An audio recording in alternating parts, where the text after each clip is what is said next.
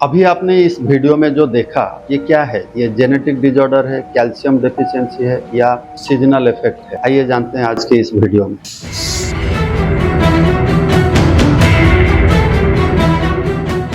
इसको स्प्ले लेग या स्प्रैडल लेग भी कहा जाता है। ये दो पैर में भी हो सकता है और एक पैर में भी हो सकता है और ये ज्यादातर इसी मार्च महीने से लेके जुलाई अगस्त महीने में मिलता है देखने के लिए। दूसरे महीने में भी हो सकता है लेकिन ज्यादातर गर्मियों में ये पाया जाता है क्योंकि टेम्परेचर और ह्यूमिडिटी ये दोनों ही मेन फैक्टर हैं ये होने के लिए। और एक चीज बता दूं कि ये ज्यादातर न्यूबॉर्न बेबी में ही पाया जाता है, तो इसलिए इसको जितना जल्दी आप पकड़ सके ट्रीटमेंट उतना आसान है, जितना देर करेंगे उतना मुश्किल होगा। फाइनली अगर चिड़िया बड़ा हो गया तो मुश्किल नहीं, थोड़ा नामुमकिन सा भी है वो ठीक होना। पहला कारण ये है अगर चिड़िया पैदाइशी वीक हो। पैदाइशी कई कारणों से वीक हो सकता है। अगर माँ बाप को सही तरीके से न्यूट्रिशन नहीं मिला है और अगर क्लाइमेटिक कंडीशन कुछ ऐसा है कि न्यूट्रिशन हजम नहीं हो रहा है ठीक से, तो उस हिसाब से अंडा भी सही तरीके से न्यूट्रिशस नहीं होता है। तो पैदा होने के टाइम से ही ये चिड़िया जो है वो वीक है, तो उस हिसाब से वीक होने के कारण ये स्प्ले लेग हो सकता है। जैसा कि मैंने कहा एक पैर में हो सकता है या तो दो पैर में हो। दूसरा कारण है कि सॉफ्ट बिल में, जैसे फिंच और जाभा में देखने को मिलता है कि वो जो कोकोनट फाइबर से बनाते हैं घोंसला, कभी कभार जो पैर है उसमें फंस जाता है। तो एक पोजीशन में अगर पैर अटक के उस तरह से रह गया तो भी ये हो सकता है। अंडे के अंदर चिक का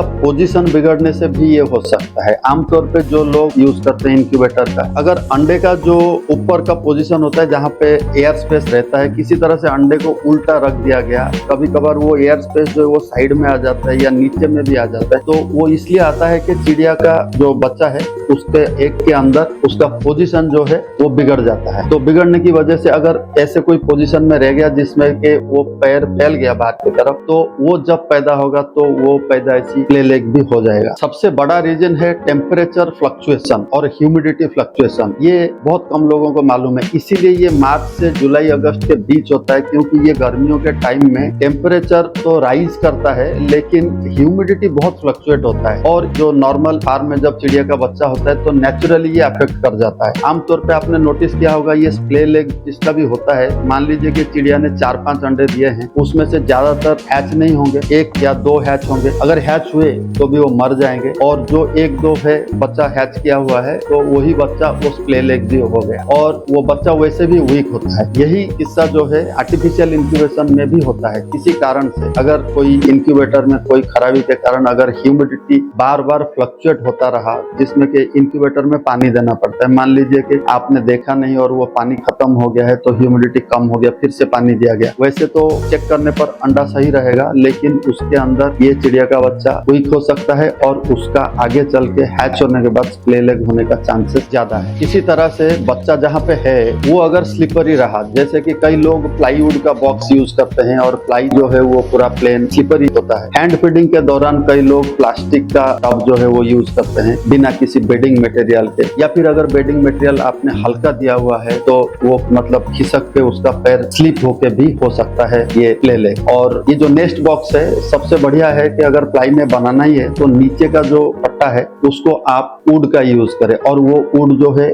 कनकेव होना चाहिए और रफ होना चाहिए। और सबसे बढ़िया है कि अगर वुडन बॉक्स यूज किया जाए। कई लोग वुडन बॉक्स को भी रंदा मार के अंदर का भी पॉलिश कर देते हैं लेकिन अंदर का रफ रहना चाहिए। जरा सोचिए, नेचर में जब चिड़िया पेड़ में घोंसला करती है तो अंदर का काफी रफ रहता है, तो इसलिए अंदर का रफ रहना ही सबसे अच्छा है। माल न्यूट्रिशन की वजह से भी ये होता है, calcium shortage, vitamin D3, B और E की शॉर्टेज की वजह से भी होता है। मिनरल जो है सेलेनियम शॉर्टेज से भी ये होता है। अगर प्रॉपर न्यूट्रिशन रहा, अगर सही समय पर सही खाना उनको मिला तो इसकी होने की संभावना बहुत कम है। और एक कारण है कि जब हम हैंड फीडिंग करते हैं तो बहुत अच्छा हैंड फीडिंग करते समय कभी कभी ऐसा भी होता है कि बॉडी का ग्रोथ बहुत फास्ट हो रहा है, उस मुकाबले में पैर का ग्रोथ होता नहीं है, तो पैर जो है बॉडी का वेट जो है ले नहीं पाता है तो वो बाहर की तरफ फैल जाता है। तो उस हिसाब से हैंड फीडिंग का एक इंस्ट्रक्शन है कि 80% ऑफ द क्रॉप को फिल करना चाहिए। अगर आपने ऐसा नोटिस किया कि कि उसके बावजूद भी उसका ग्रोथ जो है, बॉडी का ग्रोथ रैपिड हो रहा है, तो खाने में उसको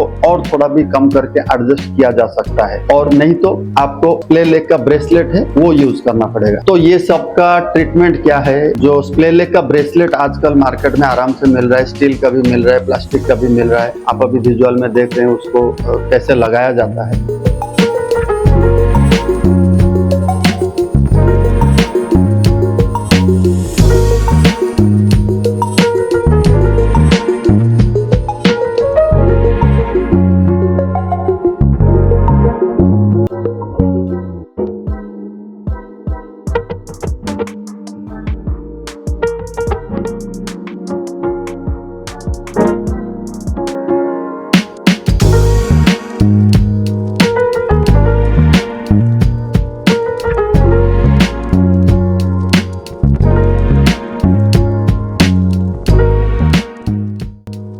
अगर सही तरीके से लगा दिया गया तो ये 3 से 4 हफ्तों में ठीक हो सकता है। अगर चिड़िया का बच्चा 10 या 15 दिन का एज का हो तो, अगर बड़ा हुआ तो कहा नहीं जा सकता कि वो कितने दिन में ठीक होगा, क्योंकि ब्रेसलेट लगाने से अगर चिड़िया का बच्चा बड़ा है तो वो बहुत छटपटाएगा, तो उसमें से कभी कभार ऐसा भी होता है कि वो बोन टूट जाता है और उनका बोन स्ट्रक्चर जो है बहुत लाइट होने के कारण, बहुत हल्का होने के कारण वो टूट के तुरंत वहीं पे फिक्स भी हो जाता है। तो कभी कभी ये कंफ्यूजन भी हो जाता है कि ये स्प्ले लेग मेरा ठीक नहीं हुआ, लेकिन वहां पे बोन टूट के दोबारा से जुड़ गया है, ये प्रॉब्लम भी होता है। अगर मान लीजिए कि किसी तरह से आपके पास वो ब्रेसलेट अवेलेबल नहीं है और आपको कोई देसी जुगाड़ करना है, तो देसी जुगाड़ ये है, एक ग्लास शेप का कोई भी जगह लेके चिड़िया के बॉडी के साइज के हिसाब से, अभी जैसे मैं वीडियो में दिखा रहा हूँ, उसको ऐसे पोजीशन में रख दीजिए कि उसका पैर बाहर की तरफ फैले नहीं। वो चिड़िया के उम्र और चिड़िया के ब्रीड के ऊपर डिपेंड करेगा कि आप कौन से साइज का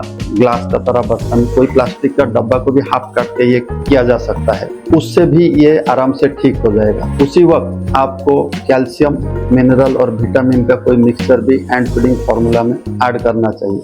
धन्यवाद।